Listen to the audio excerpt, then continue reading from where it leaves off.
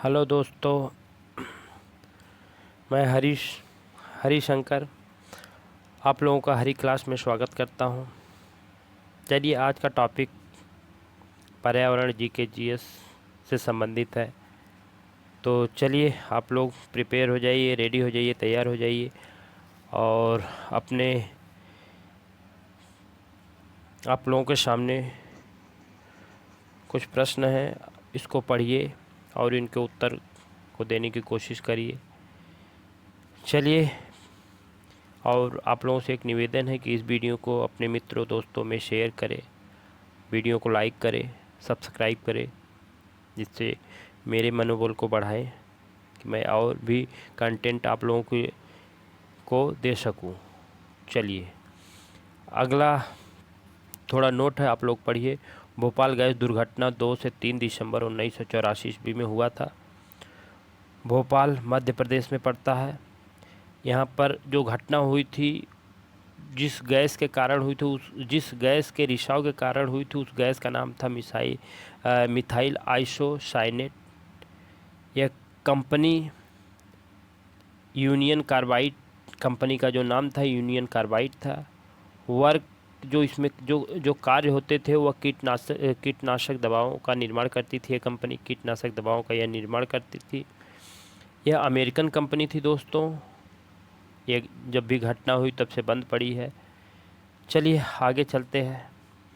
इसे आप लोग नोट कर लीजिए अपने बुक में और इस कंटेंट को तैयार करिए। ये काफ़ी परीक्षाओं में पूछा जाता है और हजारों बार पूछा जा चुका है। ठीक है दोस्तों, चलिए अगला प्रश्न है। ऊपरी झील और निचली झील पाए जाते हैं, मतलब अपर लेक और लोअर लेक कहाँ पर पाए जाते हैं? भोपाल, इंदौर, बंगलुरु या इनमें से कोई नहीं। ध्यान रहे, झीलों का शहर भोपाल को ही कहते हैं दोस्तों। तो जाहिर सी बात है कि भोपाल में ही अपर लेक और लोअर लेक पाए जाते हैं। भारत का आईआईटी शहर बंगलुरु। कुछ नोट्स में मैं लिखा हूँ कि बंगलुरु में आईआईटी का सेक्टर ज़्यादातर बंगलुरु में है। फलों की डलिया बंगलुरु को ही बोलते हैं, इस बात को आप लोग नोट कर लीजिए। अगला क्वेश्चन है, क्वेश्चन नंबर 21 है, तो ये 22 बनेगा, ये 23 बनेगा, ऐसा करके है। चलिए 21 ही डाला हूँ। तो बायोडीजल पौधा है जेट्रोफा, नीम, महुआ या इनमें से कोई नहीं। ध्यान रहे दोस्तों, जेट्रोफा यह बायोडीजल पौधा है। इसके बीज से 35 से 45 के बीच इसके बीज से तेल निकाले जाते हैं और यह कह सकते हैं कि उष्णकटिबंधीय क्षेत्रों का ये पौधा है, जेट्रोफा। अगला क्वेश्चन है आप लोगों के सामने, जेट्रोफा के बीज में सामान्यतः कितना प्रतिशत तेल निकलता है? ये देखिए आप लोगों के सामने दिया गया है। तो चलिए देखते हैं, जेट्रोफा के बीज में सामान्यतः कितना प्रतिशत तेल निकलता है? 10 से 15%, 25 से 30%, 20 से 25% या 50 से 55%। जेट्रोफा ऑस्ट्रेलिया मूल का पौधा है दोस्तों। इसमें 25 से 30% ऑप्शन में 25 से 30% ही सही है। जेट्रोफा के बीज से 25 से 30% तेल निकलता है। अगला क्वेश्चन है आप लोगों को सामने, संसद का संयुक्त अधिवेशन आहूत करता है। ये बोल रहे हैं संसद का संयुक्त अधिवेशन कौन आहूत करता है? लोकसभा अध्यक्ष करता है, राष्ट्रपति करता है, मुख्य न्यायाधीश करता है या राज्य का सभापति करता है? तो ध्यान रहे दोस्तों, आहूत का मतलब होता है बुलाना, तो बुलाने का काम राष्ट्रपति करता है। इसका आंसर सही हो जाएगा बी। नीचे मैं कुछ नोट्स लिखा हूँ। संयुक्त अधिवेशन जब भी आहूत किया जाता, आहूत का मतलब होता है बुलाना, बुलाने का काम राष्ट्रपति करता है और उसकी अध्यक्षता लोकसभा अध्यक्ष करता है। जो संयुक्त अधिवेशन बुलाया जाता है, जो संयुक्त अधिवेशन आहूत किया जाता है, उसकी अध्यक्षता लोकसभा अध्यक्ष करता है। ये बात ध्यान में, उसकी अध्यक्षता लोकसभा अध्यक्ष करता है, इस बात को आप लोग नोट कर लीजिए। ये परीक्षाओं में कितनी बार पूछा गया, इसके लिए मैं उस पर प्रेस कर रहा हूँ। चलिए अगला क्वेश्चन देखते हैं आप लोगों के सामने। कह रहे हैं ग्रीन हाउस गैस नहीं है। इसमें कह रहे हैं कि कौन सा इसमें ग्रीन हाउस गैस नहीं है। जल वाष्प, मीथेन, सी कह रहे हैं कार्बन डाइऑक्साइड, डी कह रहे हैं हाइड्रोजन। ध्यान रहे दोस्तों, जल वाष्प ग्रीन हाउस गैस है, मीथेन ग्रीन हाउस गैस है, carbon dioxide green house gas है, तो जाहिर बात है इसका डी ऑप्शन सही हो जाएगा। ओके, चलिए अगला क्वेश्चन चलते हैं 25 की तरफ। इसमें कह रहे हैं जब एक जीव लाभ लेता है बगैर दूसरे को नुकसान पहुंचाए हुए तो उसे क्या कहते हैं। तो वह कहलाता है, कहने का मतलब जब एक जीव लाभ लेता है बगैर दूसरे जीव को नुकसान पहुंचाए तो उसे क्या कहते हैं। परजीवी कहते हैं, सहभोजी कहते हैं, मितोपजीवी कहते हैं या सहजीवी कहते हैं। तो ध्यान रहे दोस्तों, जब दूसरे जीव को नुकसान नहीं पहुंचा रहा है तो भोजी बोलेंगे, वह अपना भोजन प्राप्त कर रहा है पर दूसरे को नुकसान नहीं पहुंचा रहा तो उसे सहभोजी ही बोलेंगे। परजीवी में वह दूसरे को नुकसान पहुंचाए कि वह अपना भोजन प्राप्त करता है तो उसे परजीवी बोलते हैं। मृतोपजीवी में मरे हुए के ऊपर वो अपना भोजन प्राप्त करते हैं, उसे मृतोपजीवी बोलते हैं। सहजीवी में मतलब एक दूसरे से भोजन या एक दूसरे से लाभ लेते हैं, उसे सहजीवी कहते हैं। पर इसमें कह रहा है कि एक जीव लाभ लेता है बगैर दूसरे को नुकसान पहुंचावे, मतलब सहभोजी कहा जाएगा। ठीक है ना। चलिए इसका उत्तर बी सही हो जाएगा। चलिए आप लोगों के सामने अगला क्वेश्चन 26 का आंसर आपको बताना है।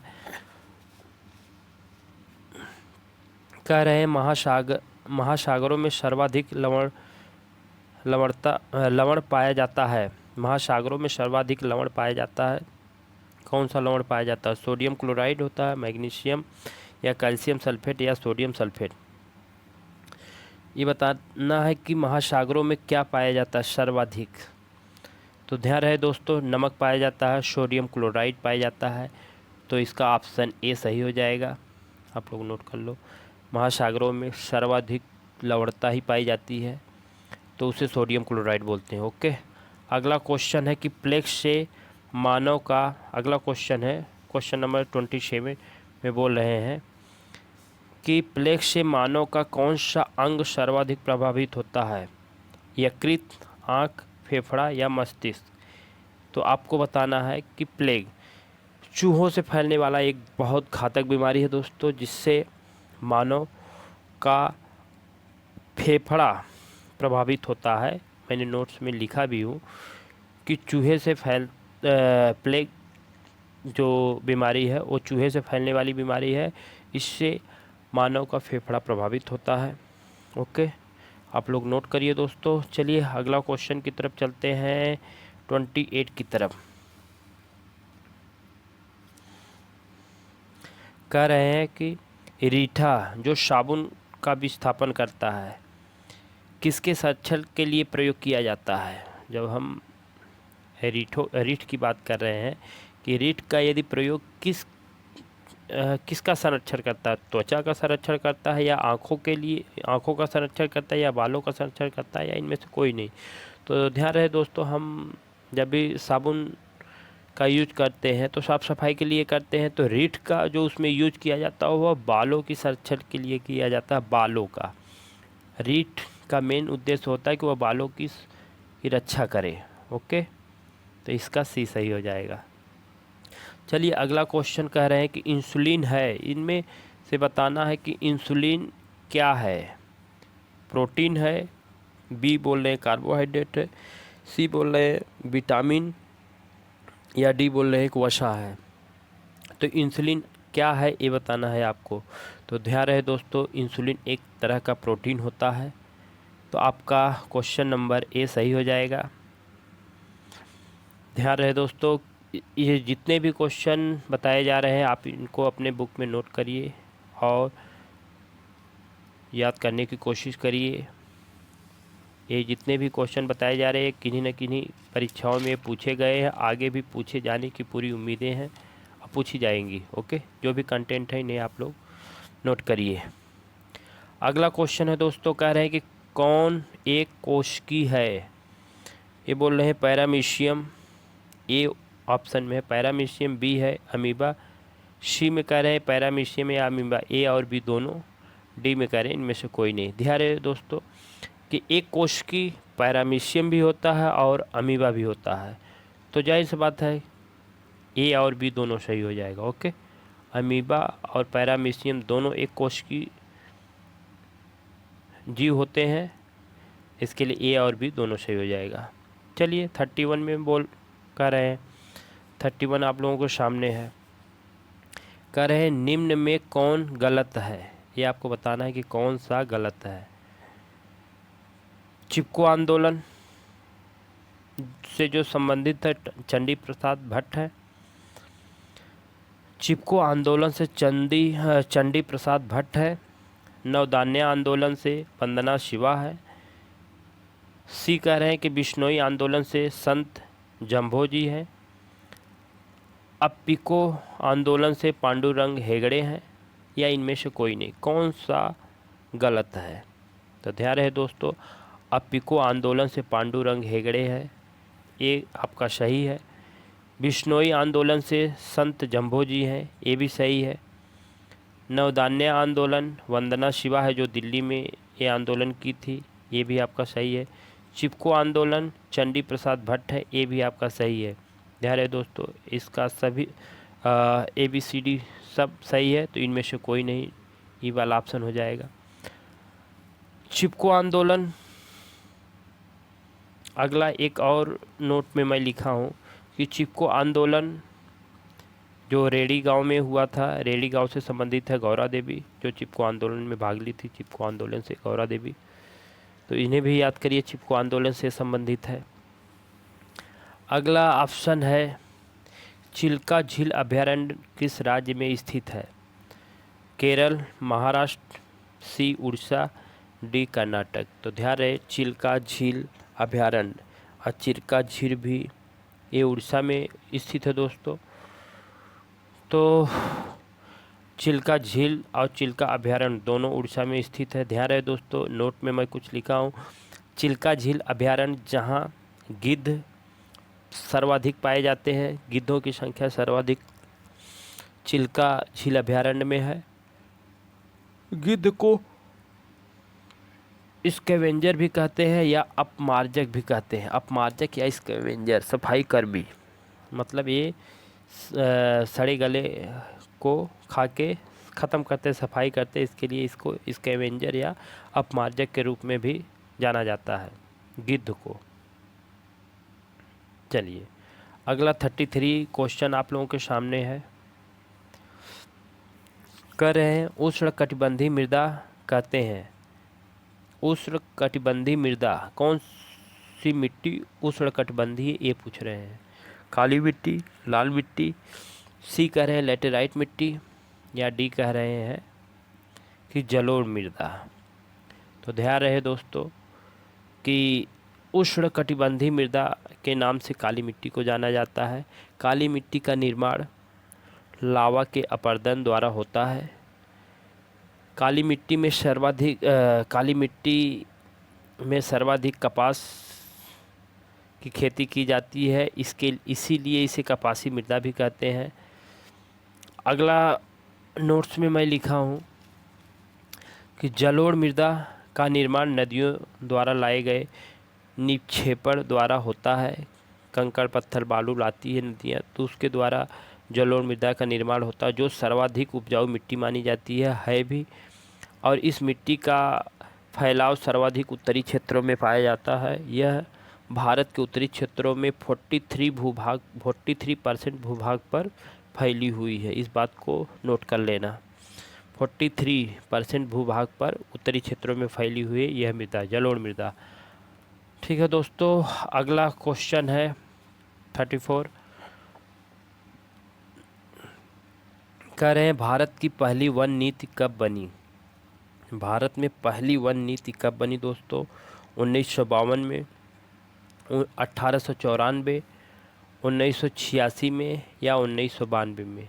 तो ध्यान रहे दोस्तों, पहली वन नीति अंग्रेज़ों के समय में बनी थी, उस समय देश आज़ाद नहीं हुआ था। तो जाहिर सी बात है कि 1894 में पहली वन नीति बनी थी, अंग्रेज़ों द्वारा बनाई गई थी। भारत में पहली वन नीति की बात करता है, भारत में पहली वन नीति की बात करता तो वह अंग्रेज़ों के समय में बनी थी। परंतु यदि पूछ दे कि आज़ाद भारत में पहली वन नीति कब बनी, तो ये अलग क्वेश्चन हो जाएगा। इसके लिए 1952 में जब भारत हुआ था तो आज़ाद भारत में 1952 में पहली वन नीति बनी थी।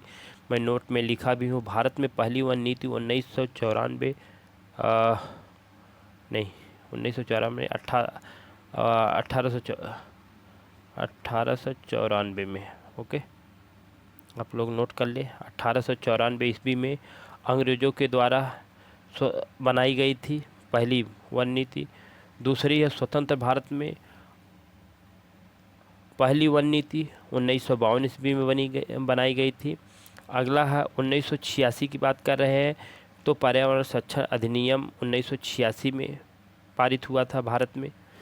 अगला कह रहे हैं रियो सम्मेलन, जो 1992 की बात कर रहा है। रियो सम्मेलन, जिसको पृथ्वी सम्मेलन के नाम से भी जानते हैं, वह 1992 ईस्वी में हुआ था, पृथ्वी सम्मेलन।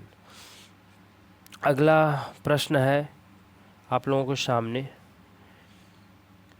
क्योटो प्रोटोकॉल कब हुआ था। ये बोल रहे हैं कि क्योटो प्रोटोकॉल कब हुआ था, ये आप लोगों को बताना है। 1997 में या 1988 में या 1992 में या 1993 में दोस्तों।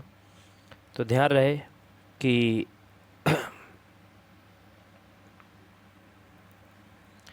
हाँ, एक मिनट।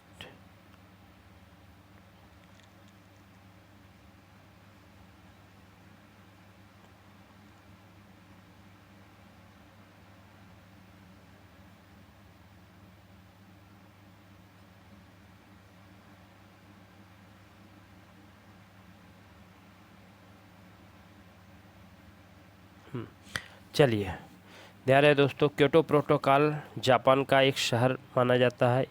ठीक है, ये क्योटो प्रोटोकॉल इसलिए हुआ था, कार्बन के संबंध में हुआ था, पर्यावरण के संबंध में हुआ था। क्योटो प्रोटोकॉल जापान का एक शहर है जो कार्बन डाइऑक्साइड के संबंध में ग्रीन हाउस प्रभाव को कम करने के संबंध में किया गया था।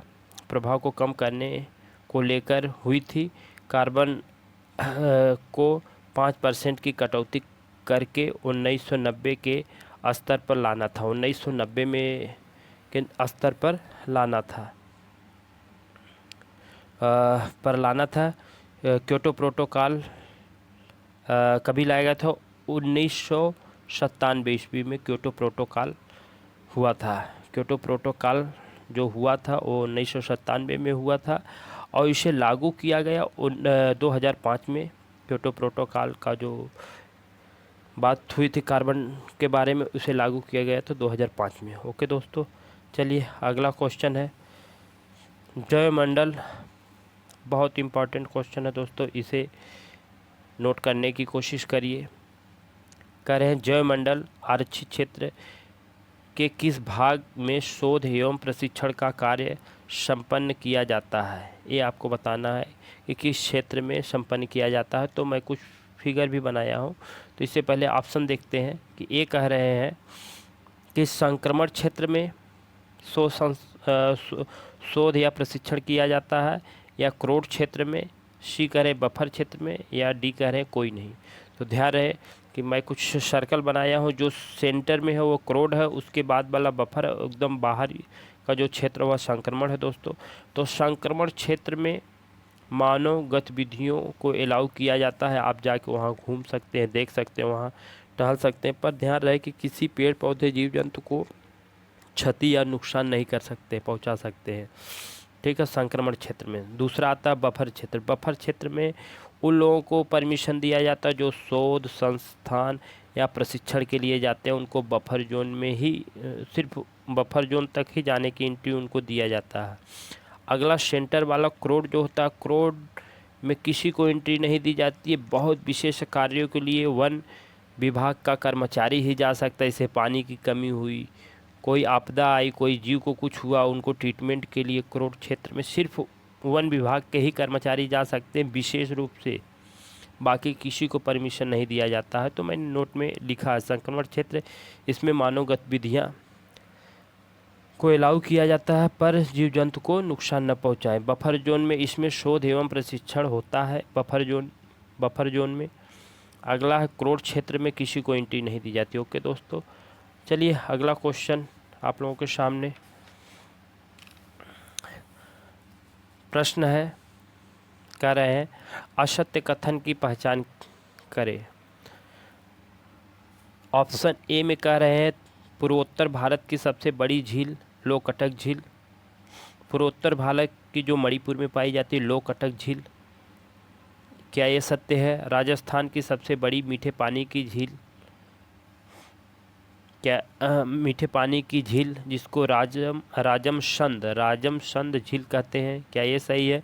चंद्रताल हिमाचल प्रदेश में है, क्या ये सही है? भोज झील मध्य प्रदेश के भोपाल में स्थित है, क्या ये सही है? या लास्ट वाला बोल रहे हैं कि इनमें से कोई नहीं। ठीक है, असत्य कथन की पहचान करें। ध्यान रहे दोस्तों, पूर्वोत्तर भारत की सबसे बड़ी झील लोकटक झील जो मणिपुर में स्थित है, ये सही है। अगला है राजस्थान की सबसे बड़ी मीठे पानी की झील राजम संद झील, ये भी सही है। चंद्रताल हिमाचल प्रदेश में है, ये भी सही है। भोज झील मध्य प्रदेश के भोपाल में है, ये भी सही है दोस्तों। तो आपका सब सही है, तो इनमें से कोई नहीं, डी ई वाला ऑप्शन को आप टिक कर दीजिए। अगला क्वेश्चन है भारतीय वन्य जीव बोर्ड का अध्यक्ष कौन होता है? ये बहुत ही इम्पोर्टेंट है क्वेश्चन दोस्तों, आप लोग इसे बताने की कोशिश करें। कह रहे हैं कि प्रधानमंत्री होता है, बी कह रहे हैं कि राष्ट्रपति होता है, सी कह रहे हैं कि मुख्यमंत्री होता है, या डी कह रहे हैं कि केंद्रीय पर्यावरण मंत्री होता है। तो ध्यान रहे, कभी भी भारतीय वन्य जीव बोर्ड का अध्यक्ष, इसमें जीव बोर्ड से संबंधित आर्द्रभूमि आ गई, रामसर साइट आ गया, या कोई वन्य जीव आ गया, वन्य जीव उद्यान आ गया, जितने भी हैं उसका अध्यक्ष प्रधानमंत्री वर्तमान में जो भी होता है प्रधानमंत्री, जैसे इसमें प्रधानमंत्री मोदी जी हैं तो मोदी जी इसके अध्यक्ष हैं। ओके, तो इतना क्वेश्चन 18 क्वेश्चन 19 क्वेश्चन के नियर अबाउट है दोस्तों, ये बताने की मैंने कोशिश की। तो चलते हैं अगले दिन अगला टॉपिक लेके आएंगे, अगला प्रश्न लेके आएंगे। तो मैं आप लोगों से एक रिक्वेस्ट करता हूं दोस्तों कि इस वीडियो को अपने दोस्तों मित्रों में शेयर करें, और ध्यान रहे इस वीडियो को लाइक करें और शेयर करें। बस यही आप लोगों से उम्मीद है, मेरे हौसलों को बढ़ाइए। चलिए दोस्तों, थैंक यू, बाय।